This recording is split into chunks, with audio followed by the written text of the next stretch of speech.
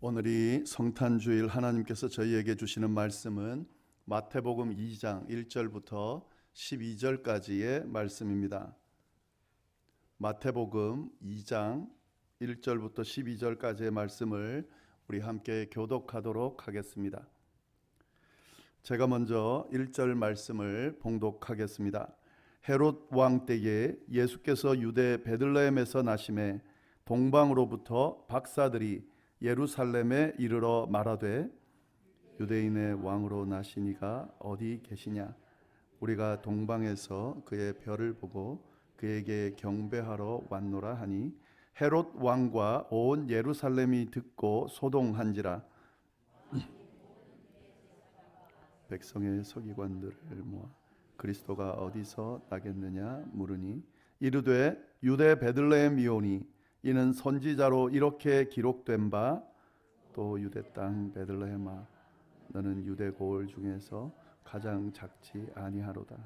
내게서 한 다스리는 자가 나와서 내 백성 이스라엘의 목자가 되리라 하였음이니이다. 이에 헤롯이 가만히 박사들을 불러 별이 나타난 때를 자세히 묻고 베들레헴으로 보내며 이르되 가서 아기에 대하여 자세히 알아보고 찾거든 내게 고하여 나도 가서 그에게 경배하게 하라. 박사들이 왕의 말을 듣고 갈새 동방에서 보던 그 별이 문득 앞서 인도하여 가다가 아기 있는 곳 위에 머물러 서 있는지라. 그들이 별을 보고 매우 크게 기뻐하더라. 집에 들어가 아기와 그의 어머니 마리아가 함께 있는 것을 보고 엎드려 아기께 경배하고 보배합을 열어 황금과 유향과 모략을 예물로 드리니라. 그들은 꿈에 헤롯에게로 돌아가지 말라 지시하심을 받아 다른 길로 고국에 돌아가니라. 아멘. 네, 오늘은 주일이면서 성탄절입니다. 대략 한 5년, 6년 주기로 주일하고 성탄절이 같아지는데요. 거기다가 또 마지막 주일입니다. 이게 지금 다 겹쳐 있는데 이렇게 같이 성탄절 예배와 주일 예배를 같이 드리는 것도 참 좋은 것 같습니다. 이 성탄절은 뭐 다 아시는 것처럼 온 세계가 축제로 기억하는, 그렇게 보내는 날이죠. 그런데 요즘은 이 단지 휴일로서의 의미지 그 진짜 의미가 제대로 부여되어서 지켜지지는 않는 것 같습니다. 아니, 알고 있죠. 알고 있는데 그 의미를 어떻게든 없애려고 하는 그런 움직임들이 많이 있습니다. 예수님께서 태어나신 날을 기념하는 것이, 또 축하하는 것이 성탄절인데 그 의미를 자꾸 빼려고 한다 하는 거죠. 뭐 아까 장로님께서도 기도 때 말씀하셨지만 메리 크리스마스란 말을 못 쓰게 하고 해피 할로데이라고 해야 된다, 뭐 이렇게 이야기를 하면서 자꾸 이 성탄절이 갖고 있는 본 의미를 자꾸 빼려고 합니다. 그러면서 이제 그들이 내세우는 이유가 뭐냐면 기독교인들이 아닌 다른 종교를 믿는 사람들에 대한 배려 차원에서 행해지는 거다, 이제 이렇게 이유를 이야기합니다. 조금 지난 이야기이긴 한데요, 제가 예전에 한 기사를 본 적이 있는데 이 네브라스카 주의 한 초등학교에서 교장이 크리스마스와 관련된 그런 상징물들을 금지하는 그런 정책을 펼쳐가지고 논란이 있었습니다. 그때 이 교장이 한 말이 뭐냐면 모든 아이의 문화를 배려하기 위해서 이렇게 결정했다는 거죠. 그래서 성탄절과 관련된 상징물들을 아예 학교에 가져오지 못하도록, 그래서 뭐 산타 장식이나 아니면 크리스마스 트리나 이런 것들은 뭐 아예 하지도 않고, 거기다가 문제가 됐던 게 뭐냐면 이 아이들 사탕 중에 J자 사탕이 있습니다. 구부러져 있는. 근데 그 사탕을 가져오지 말라고 했다는 거예요. 왜냐하면 그 J가 의미하는 것이 지저스라는 의미이기 때문에 그걸 가져오면 안 된다라고 했다는 거죠. 이런 사실이 알려졌을 때에 일부 학부모들과 기독교 단체가 교육청에 수를 하고요. 그래서 이 크리스마스를 적대시하는 행위는 미국 헌법에 어긋난 거다라고 항의해서 이 교장이 징벌을 받는 그런 뉴스가 있었습니다.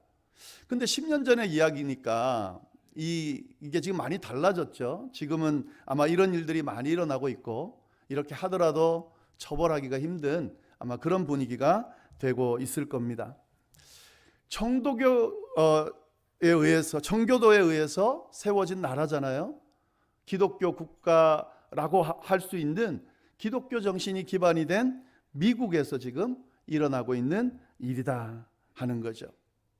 저는 참 이상하게 여겨지는 게요, 이 기독교의 날 안 지키면 되잖아요. 내가 믿지 않으면 그냥 무시하면 되는데 이 날은 지켜야 되겠고 그 의미는 좀 빼자 이렇게 이야기하는 게 도무지 받아들여지지가 않습니다. 근데 지금 그런 분위기로 가고 있다는 거죠.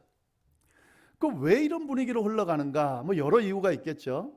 근데 그 중에 아주 큰 영향을 끼치는 원인이 있다는 거죠. 그게 뭐냐면 이슬람의 확장과 연관이 있습니다. 대부분의 이슬람 국가들은 성탄절을 지키지 않습니다. 저희가 이번에 월드컵 했던 사우디아라비아 같은 경우는 아예 법으로 성탄절기를 지키지 않도록, 크리스마스를 기념하는 일체 행위를 하지 못하도록 법으로 제정돼 있습니다. 브루나이라는 국가는요, 거기도 이슬람 국가인데요, 거기는 만약에 공개적으로 크리스마스를 축하하다가 걸리게 되면은요, 최대 5년까지도 징역을 살아야 되는 그런 법이 있다 하는 거죠. 이슬람 국가는 아예 이 성탄절에 대해서 부정적이고 지키지 않습니다. 그런데 문제는요, 이런 이슬람이 지금 전 세계적으로 확장되고 있다는 거죠. 미국이 지금 굉장히 심각한데요. 미국의 경우에 이 기독교인의 감소하는 속도가 엄청나고 거기 이슬람이 늘어나는 속도가 그것도 엄청나다 하는 거죠. 급격히 지금 이슬람 인구들이 이 미국 내에서 늘어나고 있습니다. 근데 이 미국의 한 리서치 기관이 이걸 조사하면서 더 심각한 문제가 있다고 이야기를 했습니다. 그게 뭐냐면 이 이슬람 인구가 늘어나는데 그 연령대가 이 미국 내에 있는 종교인들 중에 가장 젊다는 거죠. 기독교인들의 평균 연령이 50세라 그래요. 그것도 옛날 몇 년 전 이야기니까 더 달라졌겠죠. 근데 이슬람의 평균 연령이 33세라는 거죠. 제일 영하다는 거죠. 여러분 한번 생각해 보세요. 기독교 인구의 연령이 50세고 이슬람 인구의 평균 연령이 33세다. 이 이후에 기독교는 감소하고 있고 이슬람은 늘어나고 있다면 미국의 방향이 어떻게 흘러가겠습니까? 이슬람이 훨씬 더 많아지게 되겠죠.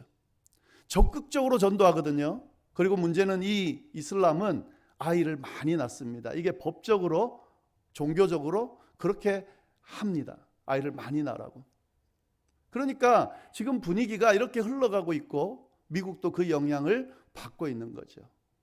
메리 크리스마스란 말을 못 쓰고 해피 할로데이라고 쓰라고 하는 그 원인 중에는 이 이슬람을 믿는 사람들이 많이 항의하고 있고 이 항의에 귀 기울일 수밖에 없는 분위기로 흘러가고 있기 때문에 지금 이런 분위기가 되고 있다 하는 거죠.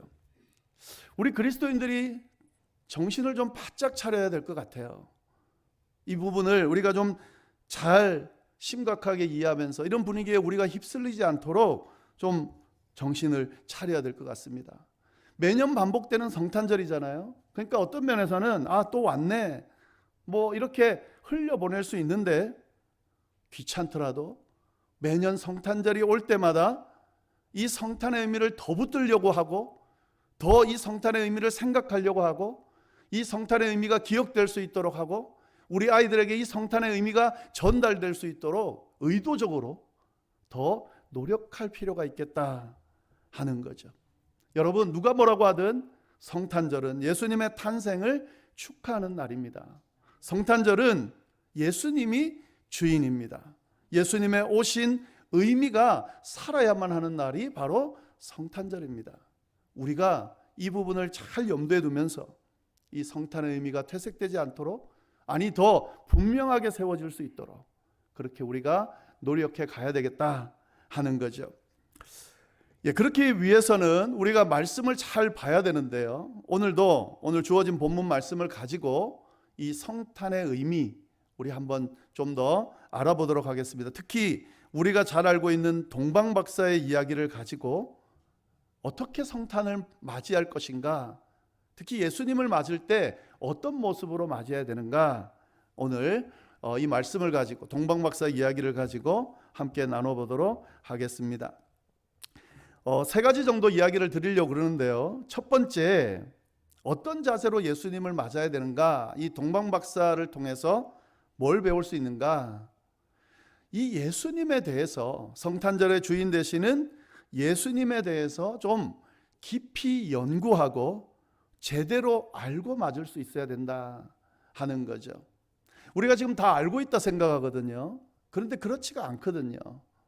이 예수님이 어떤 분인지, 이 세상에 오신 의미가 어떤 것인지 정확히 모르고 성탄절을 맞이하는 그리스도인들이 참 많이 있습니다. 믿지 않는 사람들이야 관심이 없겠죠. 근데 교회를 다님에도 불구하고 이 예수님에 대해서 잘 모르는 분들이 많다는 거죠. 이 동방박사의 모습을 보면은요, 그들이 예수님에 대해서 깊이 연구하고 있었다는 사실을, 그래서 잘 알고 있었다는 사실을 우리가 발견하게 됩니다. 잘 아시겠지만 이 동방박사란 말, 동방에 있는 박사다 이런 말이죠. 이스라엘을 기준으로 동쪽에 있는 박사다 이런 말인데, 여기서 박사라는 말이 우리가 말하는 대학에서의 박사 이걸 의미하는 건 아니죠. 원어로 마구스라는 표현을 쓰는데요, 이거는 지혜자다, 또 한 가지 의미는 점성술사다, 이런 의미가 이 안에 있습니다. 점성술사, 별을 연구하는 사람이죠. 별을 연구해서 미래를 예측하는 사람. 그러니까 지금 이 동방박사, 이 사람이 누구냐라고 했을 때 별을 보고 왔다고 그러기 때문에요, 점성술사인 확률이 높습니다. 그러니까 별을 연구하는 사람이고 그 별을 통해 미래를 예측하는 사람이었는데, 이 사람들이 별을 연구하다가 예수님의 탄생 소식을 발견하게 되고 그 별을 따라서 예수님의 탄생을 보기 위해서 왔다. 지금 이런 이야기잖아요. 지금 이 동방박사가 예수님이 태어날 거라는 거, 그리고 그 예수님이 어떤 존재라는 것을 알았다 하는 거죠. 여러분, 이 부분이 참 중요합니다. 알아야 되는 거죠. 만약에 이 동방박사들이 알지 못했다면 찾아오지 않았겠죠? 알았기 때문에 찾아올 수 있었고 맞을 수 있었다는 거죠. 예수님에 대해서 잘 알아야 됩니다. 분명하게 알아야 됩니다. 그래야 잘 맞을 수 있습니다. 믿지 않는 사람들이 또 성탄절의 제대로 된 의미를 모르고 단지 명절로만 생각하는, 휴일로만 생각하는 이들에게 우리가 성탄의 의미를 제대로 전달해 주기 위해서는 이 예수님에 대해서 잘 알고 있어야 된다 하는 거죠.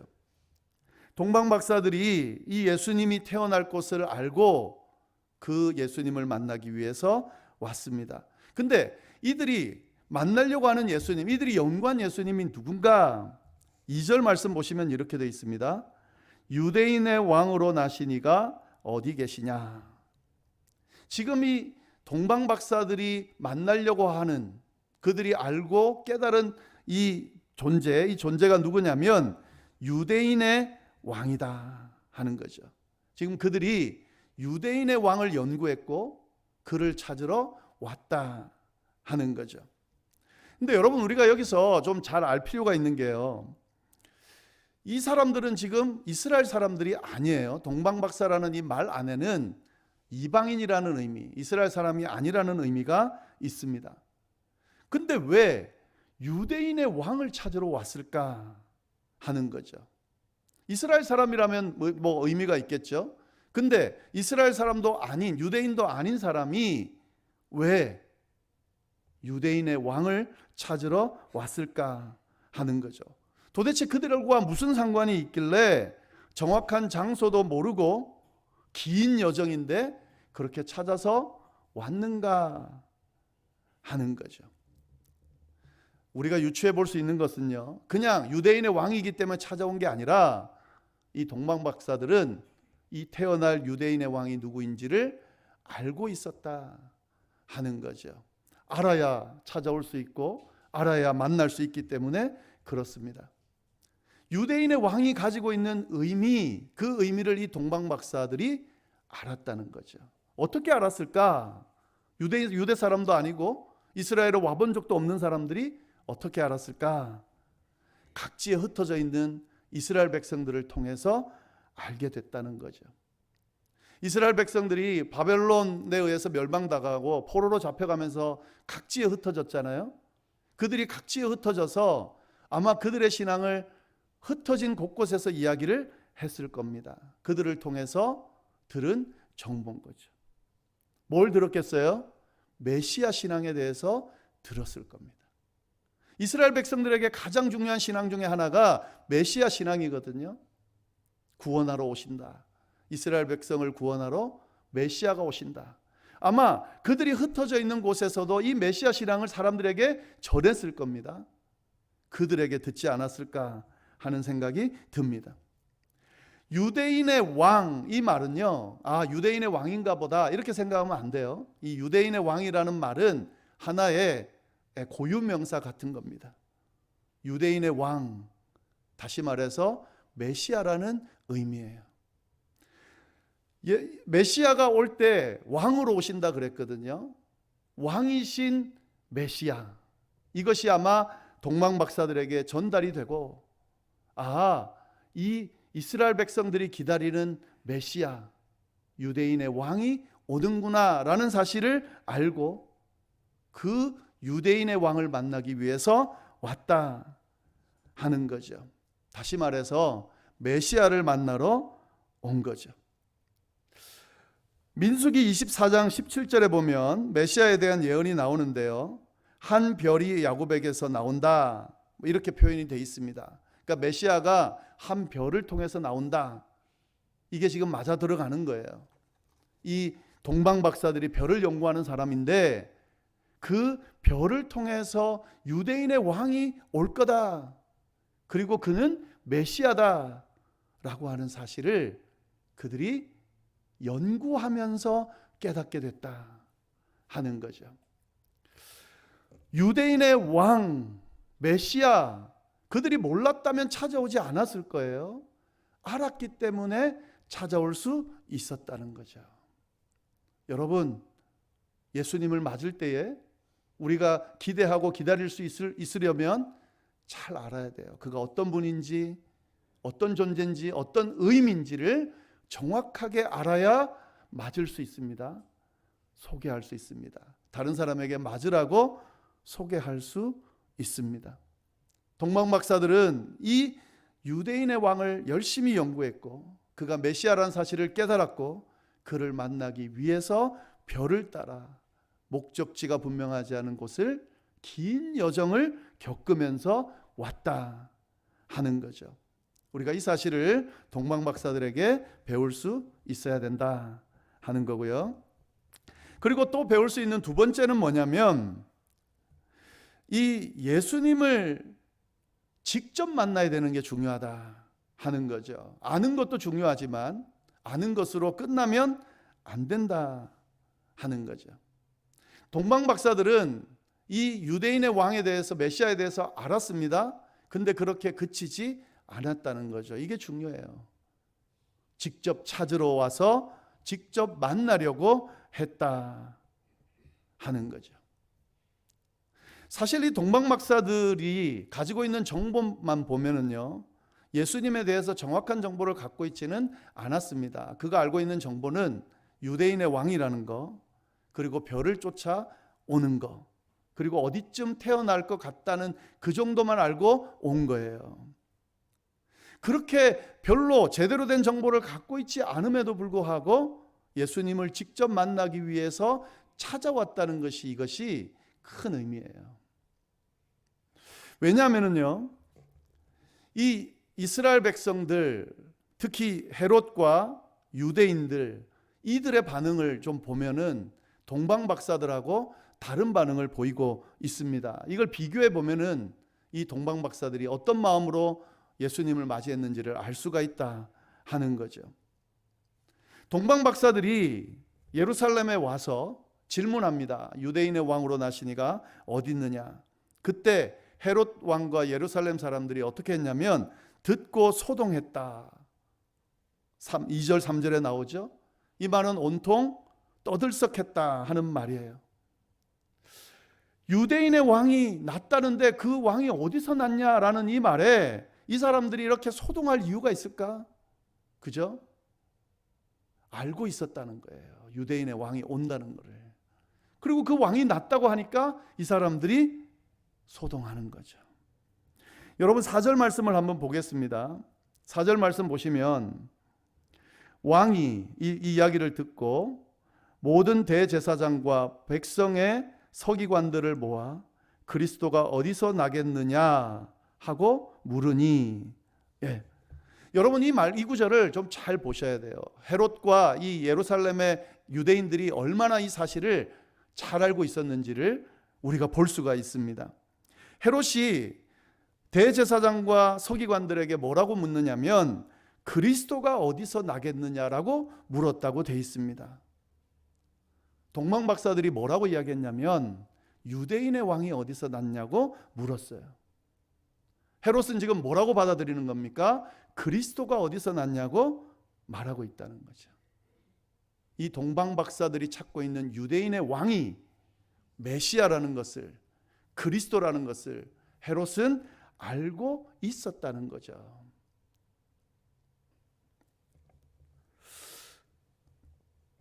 그리고 또 이 사람들도 보겠습니다. 대제사장과 백성의 서기관들이 이 헤롯의 질문을 듣고 뭐라고 대답하는지 한번 보겠습니다. 5절 말씀 이렇게 돼 있죠. 이르되 유대 베들레헴입니다. 여러분 지금 이 말투를 보세요. 헤롯은 그리스도가 났다는 것을 알고 묻고 있고, 그리고 이 대답을 해야 될 제사장과 서기관들은 어디서 날 것이라는 것까지 알고 있다는 거죠. 그 다음에 나오는 내용이 미가서 5장 2절 예언의 말씀이에요. 예언자를 통해서 메시아가 태어날 것이라는 것, 그리고 그 메시아가 베들레헴에서 태어날 것이라는 사실을 이 사람들은 정확하게 알고 있었다 하는 거죠. 그런데 이들의 반응을 한번 보세요. 그들은 이 예수님에 대해서, 예수님의 탄생에 대해서, 탄생하는 장소에 대해서 분명하게 알고 있음에도 불구하고 기다리지도, 기대하지도, 그 소식을 듣고 찾으러 나서지도 않았다 하는 거죠. 안다고 다 되는 게 아니에요. 도리어 이 헤롯은 어떻게 하냐면요, 동방 박사들에게 가서 만나면 자기에게 알려달라 그래요. 자기가 경배하겠다고. 근데 경배하려고 그러는 게 아니죠. 죽이려고 그러는 거죠. 제사장과 서기관들 한번 보세요. 하나님을 평생 섬기는 전문가들입니다. 하나님의 말씀을 듣고 전하는 사람들입니다. 근데 이 소식을 듣고 베들레헴에 태어날 것이라는 것까지 알고 동방 박사의 이야기를 듣고 태어났을 수도 있을 그 메시아의 존재를 깨달았음에도 불구하고 그들 어디에도 그들이 따라 나섰다는 이야기가 없습니다. 그들은 메시아를 만나지 못했다는 거죠. 알매도 불구하고. 여러분, 예수님을 맞고 메시아를 맞이할 때에 그가 어떤 존재인지를 분명히 알아야 됩니다. 근데 아는 것만으로는 안 됩니다. 찾아 나서서 만날 수 있어야 한다 하는 거죠. 여러분, 예수 그리스도를 만나셨습니까? 메시아 되시는 예수 그리스도를 만나고 그 만남의 기쁨을 경험해 보셨습니까? 그렇지 않으면 문제예요. 그렇게 수많은 성탄절을 겪으면서도 이 예수 그리스도가 나와 관계가 있고 내가 직접 만난 구세주, 나를 구원하신 분으로 그렇게 경험되어져 있지 않다면 그 수많은 반복되는 성탄절이 그분에게는 진짜 의미가 아닐 수 있다 하는 거죠. 다시 한번 이 동방박사들의 모습을 보면서 한번 깊이 좀 잘 생각해 보시면 좋겠습니다. 그리고 혹시 그렇지 않다면 올해 이 성탄절에 주님을 정말 제대로 구원자 되시는 예수 그리스도를 제대로 만나고 경험할 수 있기를 어떻게 해야 되나요? 기도하세요. 만나기를 소원하세요. 하나님 앞에 간구하세요. 만나 주신다고 분명히 약속하셨습니다. 주변 분들에게도 이걸 전할 수 있어야 돼요. 예수님에 대해서 알려주는 것만으로는 안 됩니다. 그들이 예수님을 찾고 만날 수 있을 때까지 기도하고 안내하고 또 강권하고 그런 과정이 필요하다. 이것이 동방박사를 통해서 예수님을 어떻게 맞이할 것인가 배울 수 있는 부분이다 하는 거죠. 마지막으로 뭘 또 배울 수 있는가? 예수님의 오심을 기뻐하면서 경배하면서 맞을 수 있어야 한다는 사실을 배울 수가 있습니다. 이 동방박사들을 잘 보면은요, 예수님을 찾았잖아요. 그 다음에 하는 행동이 어땠는지를 잘 봐야 돼요. 9절 10절 말씀입니다. 박사들이 왕의 말을 듣고 갈새 동방에서 보던 그 별이 문득 앞서 인도하여 가다가 악이 있는 곳 위에 머물러 서 있는지라 그들이 별을 보고 매우 크게 기뻐하고 기뻐하더라. 별을 쫓아가다가 악이 있는 곳에 머물렀을 때 이들의 반응이 어땠는지를 묘사하고 있는 거죠. 어땠습니까? 그 별을 보고 매우 크게 기뻐하고 기뻐했다. 이렇게 표현하고 있습니다.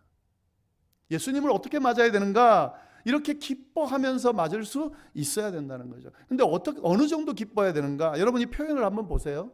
성경이 그냥 허틀게 이렇게 절대 기록되어 있지 않거든요. 한 구절 한 구절이 의미가 있는데요. 매우 크게 기뻐하고 기뻐했다.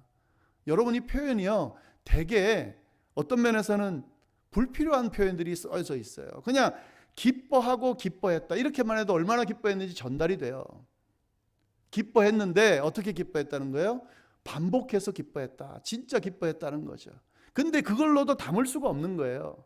그래서 뭐라고 했습니까? 크게 기뻐하고 기뻐했다. 이 정도 되면 엄청나게 기뻐한 거예요. 근데 이걸로도 담을 수가 없는 거예요. 그래서 그 앞에다가 또 뭐라고 표현을 했냐면 매우 크게 기뻐하고 기뻐했다. 동방박사들이 예수님을 맞을 때의 반응이라는 거죠. 기뻐하고 기뻐했다. 기쁨의 최극치로 기뻐했다. 예수님의 탄생의 의미가 바로 이런 정도의 의미가 있다는 거죠. 여러분 이 소식은 성탄절에 선포되어지는 예수님이 우리를 구원하기 위해 이 땅에 오시고 신이신 그가 육신의 몸을 입고 우리 가운데 임하셨다는 이 소식은 이 정도의 기쁨이 되는 소식이다 하는 거죠. 진짜 성탄의 의미를 경험하면, 진짜 성탄의 의미를 우리가 맞이하면서 그렇게 그 의미 안에서 맞이하게 되면 이런 기쁨이 우리에게 충만하게 된다 하는 거죠. 우리가 너무 신앙생활을 오래 하다 보면 매너리즘에 빠지게 되고 이 성탄의 의미가 자꾸 퇴색돼 가고 너무 잘 아니까 이 정도의 기쁨을 가지기가 쉽지가 않습니다. 근데 여러분 씨름하셔야 돼요. 매년 한번 생각해 보세요. 여러분 물론 저도 안 되고 있습니다. 근데 매년 이 동방박사들이 기뻐한 것처럼 기뻐할 수 있는 성탄절이라면, 이 정도의 기쁨으로 주님의 오심을 기뻐할 수 있다면 한 해 동안 있었던 모든 어려움과 힘든 시간들을 다 기쁨으로 상쇄시킬 수 있지 않겠습니까? 새로운 격려, 새로운 위로, 새로운 힘을 가질 수 있지 않겠습니까? 성탄절이 한 해의 마지막 시기에 있어요. 한 해의 마지막 순간쯤 되면 우리가 한 해 동안 이 일 저 일 열심히 그 일들을 겪다가 사실 지칠 만한 때입니다. 뭐 새로 힘을 내보려고 그래도 한 해 동안 우리가 겪었던 그 시간들을 생각하면 힘이 나기 쉽지 않은 그런 시점이에요. 새해가 오니까 그 새해를 생각하면서 다시 힘을 내지만 사실 그렇게 힘내기가 쉽지가 않습니다. 근데 여러분, 이 성탄의 의미로 우리가 만약에 그 기쁨을 경험할 수 있다면, 주님이 나를 구원해 주셨다, 주님이 나와 함께 하신다, 주님이 육신의 몸을 입고, 나 같은 육신의 몸을 입고 나를 구하기 위해서 내 곁에 계신다, 그분이 내 손을 잡아주신다, 그분이 나의 죄를 씻어주시고 나를 구원해 주시고 나를 자녀 삼으시고 하나님의 백성 삼으시고 이끌어 주셨다, 내가 그런 사람이다, 그런 하나님의 자녀다, 구원받은 그리스도인이다. 만약에 성탄절을 통해 경험할 수 있다면 지난 한 해가 힘든 시간이었지만 기쁨으로 마감될 수 있을 거다 하는 거죠.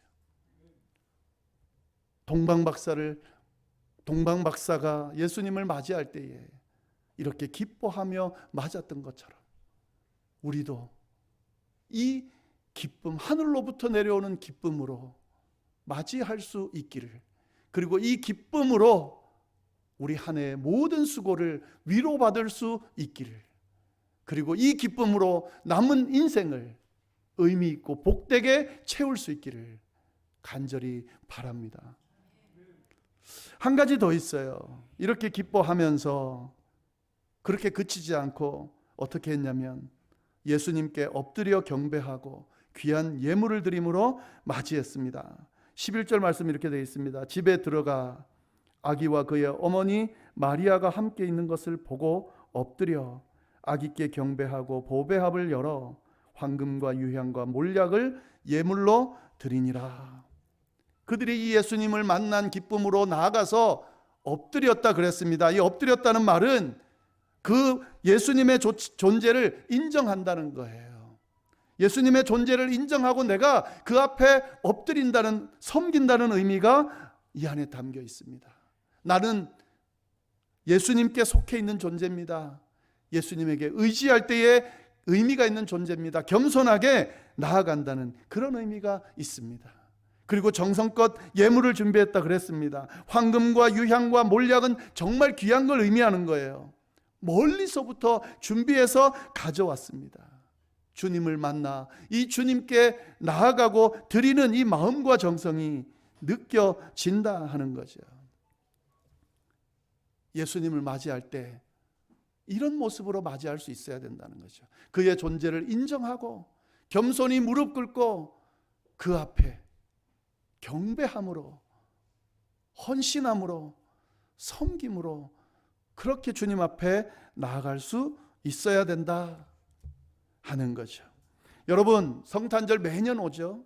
식상하게 생각하지 않고 한 해 한 해 성탄절의 그 진정한 의미를 분명하게 붙들면서 어떻게 이 세상 분위기가 우리를 휩쓸어 가더라도 거기에 휩쓸리지 않고 성탄이 가지는 진정한 예수님의 나심의 의미를 기억하면서 그렇게 맞으실 수 있기를 바랍니다. 예수님에 대해 깊이 연구하고 제대로 알므로 맞을 수 있기를 바라고, 예수님을 찾고 직접 만남으로 맞을 수 있기를 바라고, 예수님의 오심을 극도로 기뻐하면서 경배하며 맞으실 수 있기를 이번 성탄절 그리고 이후에 성탄절이 될 수 있기를 간절히 바랍니다. 이런 의미를 담아 우리 크게 인사하겠습니다. 메리 크리스마스. 네, 기도하겠습니다. 하나님 아버지, 감사합니다. 저희에게 성탄절을 허락해 주시고 그 의미를 기억하고 다시 붙들 수 있도록 인도해 주셔서 감사합니다. 하나님, 이 세상이 이 성탄이 가지고 있는 의미, 그 의미를 자꾸 희석시키고 주님 자꾸 왜곡시키려 합니다. 하나님, 우리 그리스도인들 휩쓸리지 않게 하여 주시고 이 성탄절이 주는 의미, 예수 그리스도의 나심이 우리에게 주는 의미가 우리의 전부이고 우리가 붙들어야 되는, 절대 놓지 않아야 되는 것임을 깨닫고 주님, 진정한 의미를 늘 경험하고 깨달으며 의미 있게 성탄절을 보내는 저희가 될 수 있도록 인도하여 주옵소서. 주님께서 주신 이 구원의 기쁨이 우리를 늘 채우게 하시고 주님과의 깊은 교제 안에서 우리의 인생 여정을 열심히 살다가 주님이 우리 부르실 때 아멘하며 주님의 품에 안기는 아름다운 여정이 될 수 있도록 주여 인도하여 주옵소서. 감사드리며 이 모든 말씀을 살아계신 예수님의 이름으로 기도드립니다. 아멘.